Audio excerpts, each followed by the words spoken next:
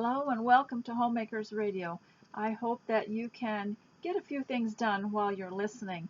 I love this medium a whole lot better than in the days when we used to have classes and seminars and they took so much time and effort, often away from our own duties at home and from our families.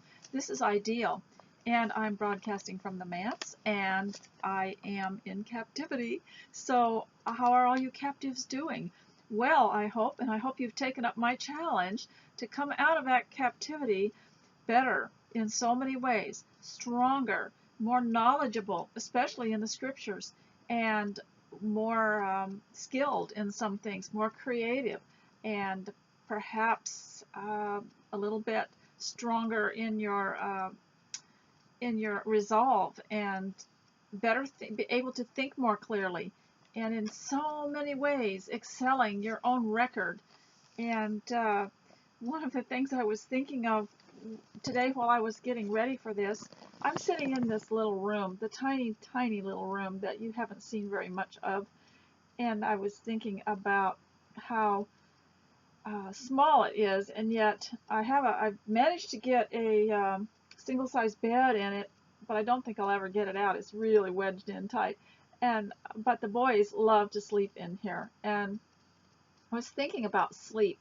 And have you noticed, if you first get up and you've had adequate sleep, remember I said in my last broadcast that I don't get up with an alarm.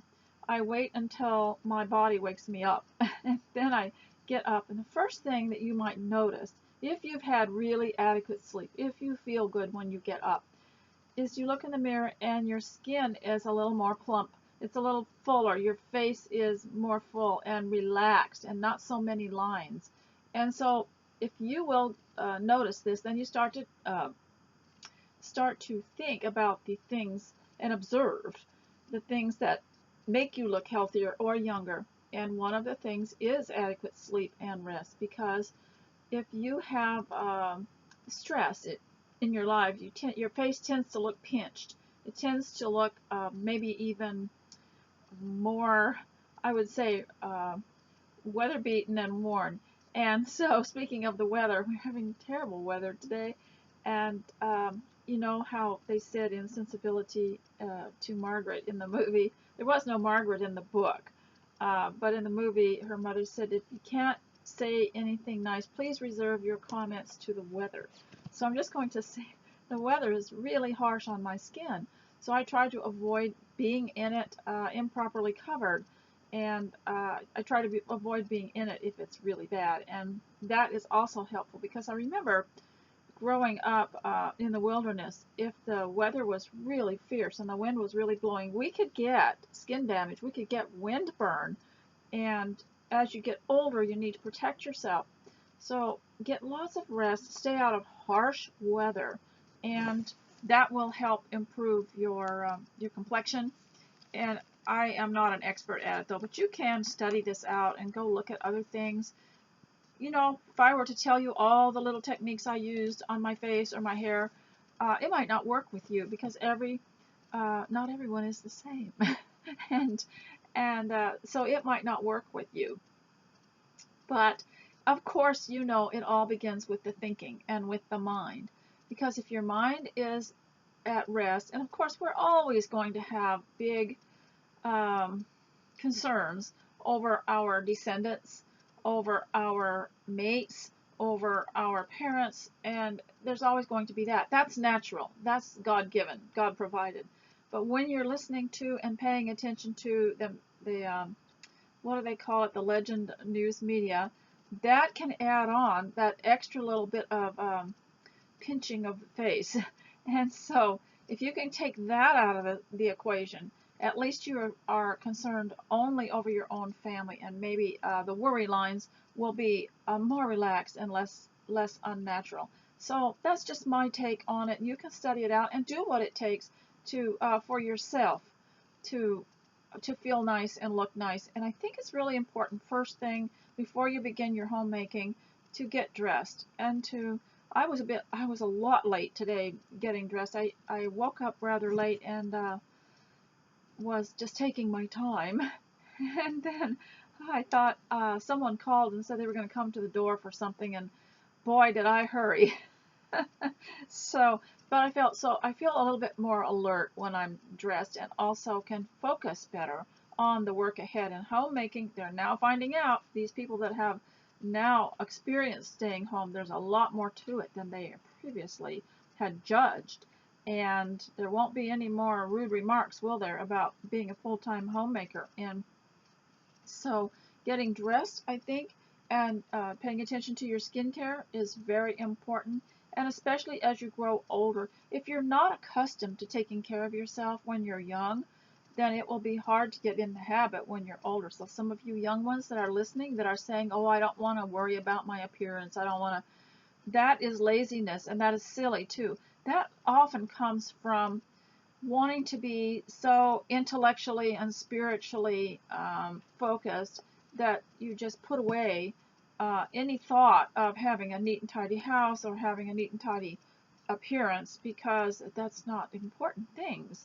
The way that people think today, they think that that's not important, that we should just, and we noticed from some of the writings and history of the Victorian era, when uh, young people started going off to college, that they would come back with wacky new ideas that were totally different than the way their parents had conducted life at home.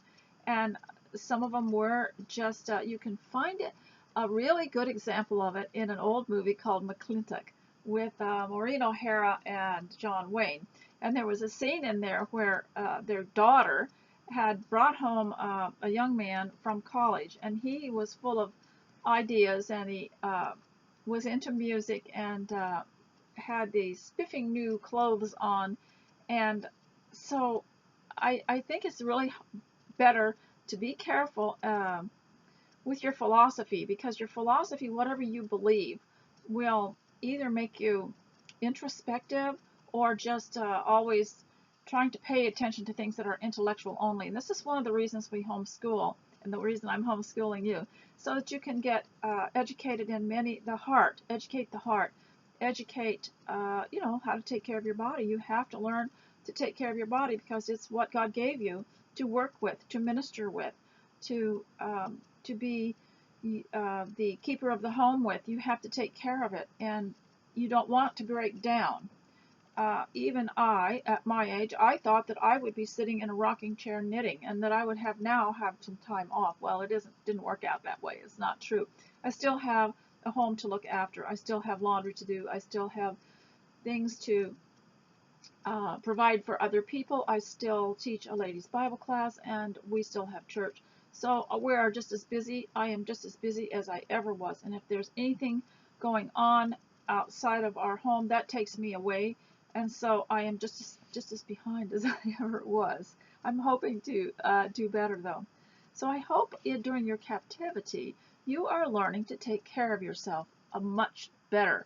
I have told you about these people that are professional caregivers and how they are required on their list of things to do. They actually have to check it out and report back to their employers of self-care, things that they do for themselves, because caregiving, when you're caring for a person who's handicapped or elderly, can take a lot out of you emotionally and physically.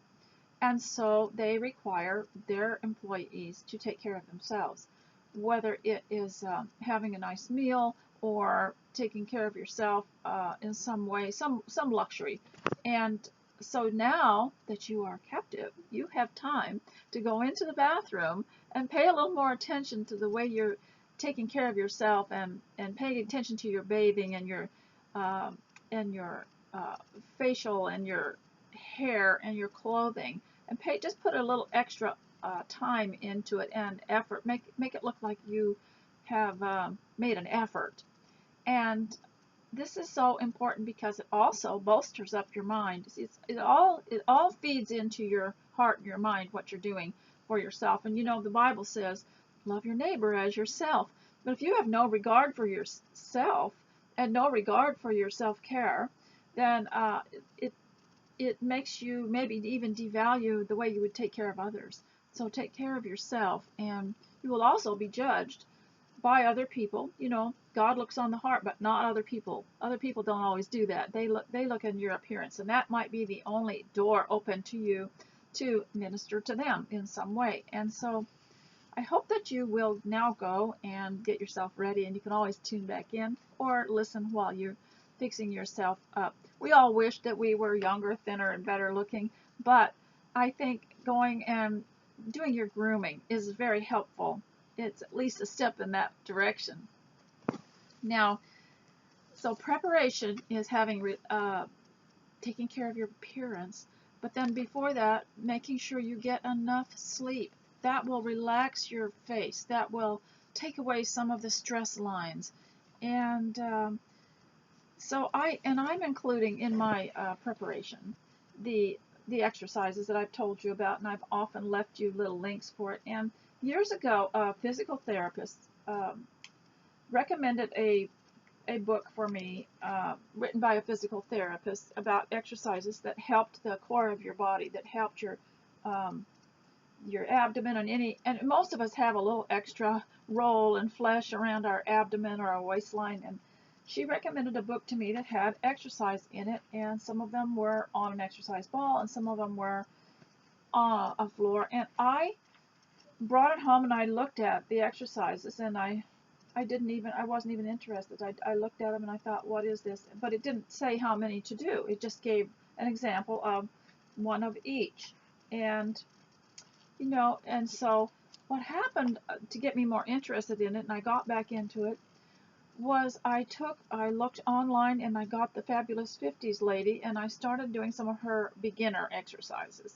And then I knew what an exercise routine was supposed to be like. It'd be 5 minutes, and what you were supposed to do or feel like afterwards. And she always emphasized, tightening the core of your body and being and certain types of moves for certain things. And so then, after watching 5 minutes of these every so often, I figured out what a routine was supposed to look like. And I went back to the book and I started doing these exercises. I wasn't patient enough when I first got the book. I just didn't quite understand it all. The therapist said, do these exercises, but there was no demonstration. Whereas now, looking on the lady's site on the web, I saw her demonstrate them. And one thing that I appreciated about the one that I picked to watch was that she did take care of her appearance, and it was a lot more pleasant. And it was for women who were over 50. But if you're a teenager and you are not fit and you're very unhealthy, I would really suggest going to Fabulous 50s, because I don't think you could keep up with her. She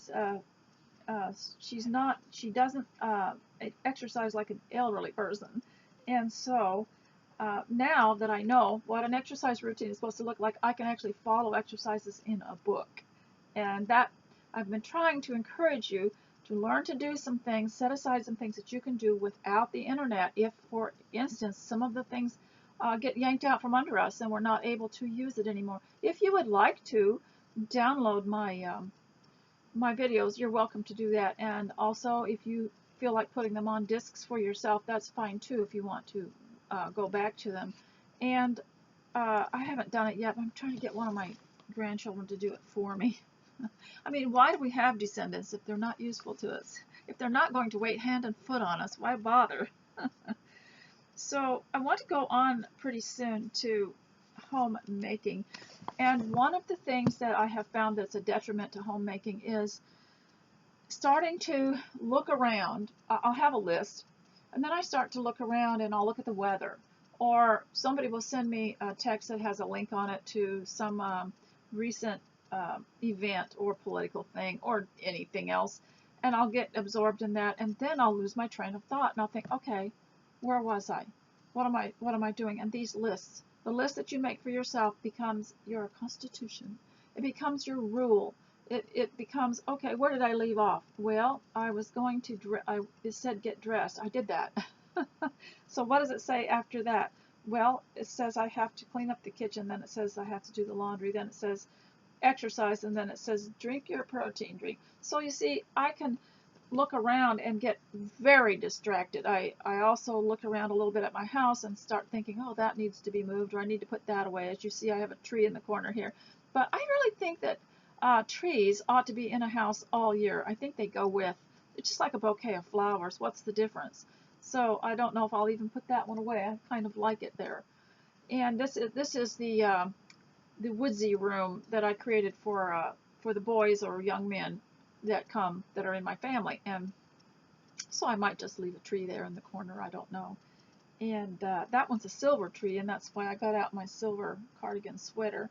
And so this is why this list is so important to you. Now, I don't put, 9 o'clock to 10 o'clock. I used to years ago, and I just got so frustrated with myself because I just couldn't seem to do it, and there were always other things happening. So one thing that is important in housekeeping is this list. It helps you keep focus. It helps you go back to something. And so when homemaking, now most of the homemakers that I read about or I watch on YouTube or even Fly Lady, they always say, get dressed, put shoes on, and go to your kitchen first and get that cleaned up. If you could clean that up the night before, it's so pleasant. If I'm trying to do that more to get that very nice, and so that when I get up in the morning, it greets me as though I'm an important guest. And but most of them will say do that and go do a routine that you have. I always suggest the kitchen, the laundry, and the bathroom as far as cleaning because you want to keep those sanitary. And then the clutter next, the clutter around your house. And one day I will do a video where I can take you around and say, well, now it's time to do this and now it's time to do that, because we can all get a little lost. Even those of us who are from the olden days can get a little lost. But sometimes being captive is very, very advantageous because you go out there, and I haven't gone in a while, but I'm wanting to experience the difference of having to go out a lot and actually staying home, as in, not getting in the car and going somewhere. And one thing that I noticed was that the world around me, and especially the commercial world, kept me supported and afloat, because I could go out and say, well, I kind of look like everybody else, and I'm buying the same things everybody else is, and I have um, we just kind of look around at everything that's going on, so that we don't want to feel weird. But now that we're home, now that we're captive, we don't have to do that anymore. We don't have to say, well, I look like everybody else. In my situation, where we are way out in the country, it's a lot easier because there's not so much of this peer group feeling, So you don't have to do that anymore if you're home. You can look the way you want to look. You can participate in the activities you want to at home. You can make your home the way you want to. I remember back in I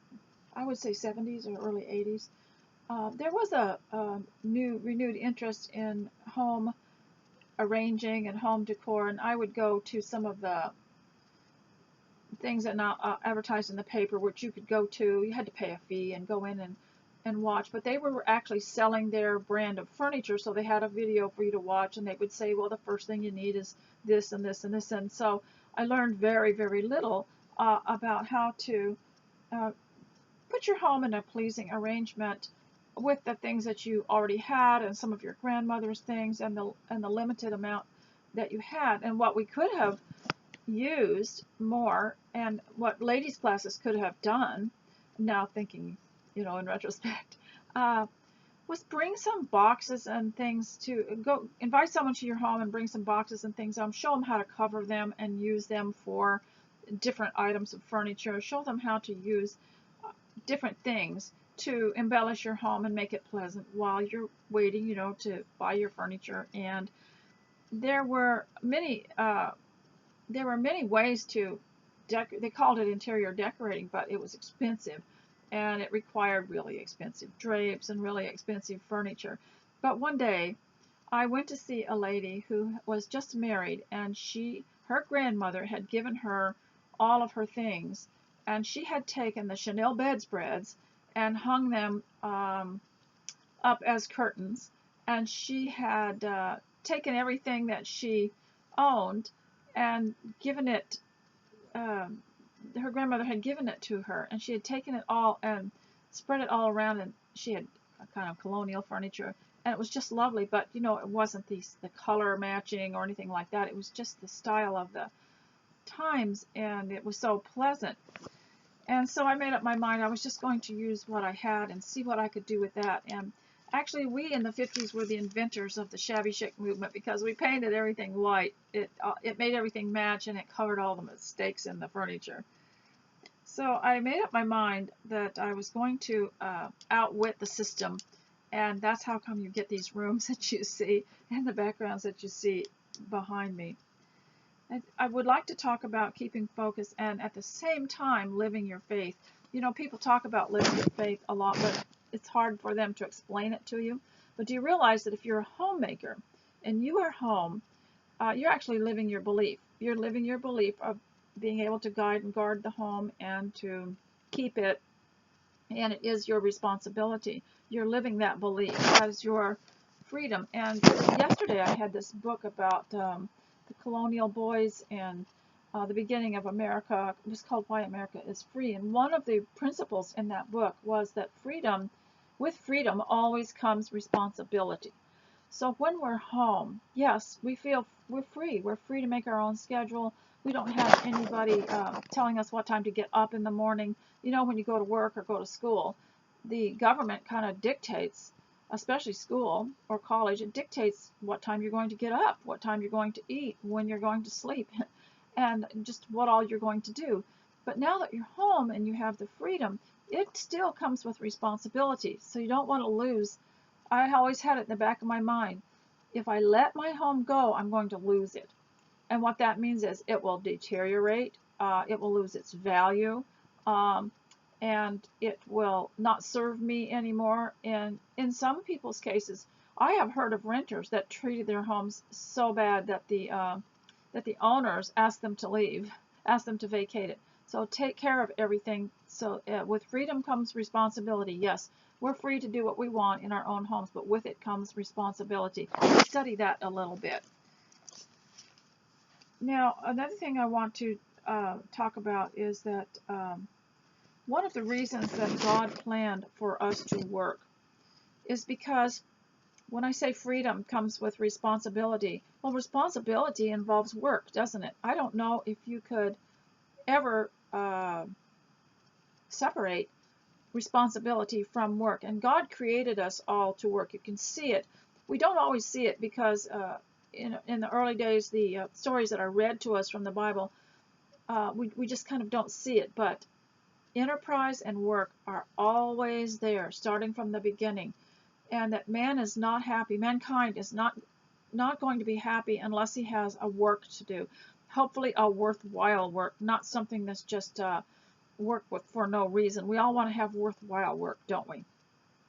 It means that it's worth something. It's worth doing. It has a reason for it. It has a result. And so God planned for us to work. And so whenever I'm a little bit wondering what to do next, and I have this list, and somehow I can look at it and I don't see it, I'll go clean out something. I'll clean out a drawer, clean out a box, clean out something so that I can get a little bit further than the daily work. And I hope you will see the wisdom in that too. And so now I want to go on to church. Now, I know that a lot of you have had your churches shut down. That'd be just the meeting house, right? But the church is never really shut down because the church is portable, and the Church of Our Lord is never closed. So even though Mr. S kept our local meetings going at the meeting house that we own, that the church owns, we have tried to equip our members, because we live in the Northwest now in Oregon, and it can get freezing cold, and they live up on hills and in valleys and everything, and their cars aren't going to, if one lady said, if I come down off this hill, I'm not getting back up, so she stayed home during a snowstorm. But we've taught them all how to have church worship services at home. This is very important, and also, I will try to include sometime in a more of a demonstration of how to make communion bread that comes from the Old Testament. Because remember, the communion bread that Christ took was the Passover bread. So we use the recipe that we found in the Old Testament for that. And you can have communion, you can have a sermon, you can have singing, you can have prayer, you can have a church service at home, and you can have the Bible studies. And so really the Church of our Lord never closes down. It never shuts down. It's portable because it's it's you people. The members of the church are the church. You know, when you become a member of the Lord's church, you are the church. You represent it, and you are wherever you go. The church is people, and so it never shuts down. And so in a way, the state did us a favor for some people. No, we didn't shut down. We still gather. In a way, they did some people a favor, because now their faith becomes more personal and it's less of a social thing for them. Although God planned for us to fellowship each other, sometimes worship at home can become very meaningful, and you can plan it out so that it has some structure to it. And so that's one thing that you can learn to do without other people in your home. And I know that the Bible says, where 2 or 3 are gathered in my name, there I am in the midst of them. So you can worship at home. Now, one of the challenges that I want to give you is to learn to do something without a machine or that's ready-made. Learn to do something. Learn to make something. And so this would apply to homemaking. I'll just give you an example. And that would be, in an old cookbook that I had way back in the 1960s, was I believe it was a book from the 1950s though, and I had it in the 1960s, and it was, in the front of it had drinks that you could make, and one of them was called Cafe au lait. Well, now we have all these lattes. There was no such thing as a latte in those days. It was called Cafe au lait. And it showed you how to steam milk in a pan, in a saucepan on top of the stove, and how to get it to where it was all foamy, and then how to pour it into a cup with or without a flavoring, or with coffee, whatever, and sprinkle some cinnamon on top. So learn to do something without a machine. I know you probably all have those machines, but it's really important to know how things are made and where they came from and what is in them. And that way you can make your own. I suggested that to you last time when I was suggesting that if you feel you have to eat something sweet, learn what the ingredients are and go get the real natural ingredients and make it. And just make a small amount and eat it without all the extra, sodiums and junk in it. So today I also wanted to show you a book that I have called The Victorian Seaside Hotel. And it is a coloring book, and it was done by Dover. I'm trying to see what the is 1982. The 80s were wonderful for publishing, weren't they? Everything is so beautiful. And the reason that I got this for my little girl and boy when they were growing up is I wanted them to see a little bit of history, and I liked the way that Dover made things that had normal drawings that were more realistic.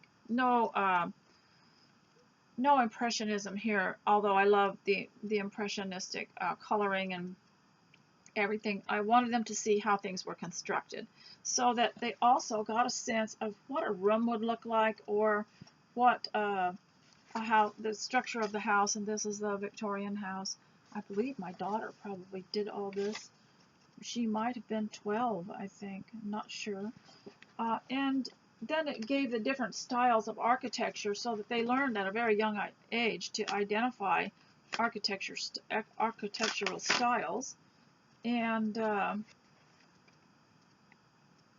so the hotel had different, it showed the kitchen. I'm amazed that they had the patience to color all these things, because the new coloring books, that are supposed to relieve stress, are just crazy. They just got so much stuff in them. I can't concentrate. I can't focus on them, and I will not do them. But I would do a Dover coloring book. And this is where they visited the stable. And this can be bought, and this is a croquet game, and it's all about what they did on the lawn. And this is look like they're decorating a cake in there in the bakery. And this is by Dover, and I believe it's still available from Dover Books. I just love the Dover publications. Not every Dover book that's ever written. A lot of them are reproduced from old books, and they're just recreated in with new paper. And not all of them are good, but their coloring books are really good. And I'm so grateful that a lot of people don't finish a coloring book, but it looks like my kids. This is the library. Looks like they finished this, so this is nice because I got to see all the colors. But they have another book about the Victorian houses and the different styles of houses of the time, which I'd like to find and show that to you sometime. Now, I don't have anything else to talk to you about today, but I would like to show you my teacup, which I didn't show you in the beginning. This one is by Stitch Called China, which is part of the Gracie Bone China, and it has a bird on it. Really pretty. Kind of goes with the setting back here.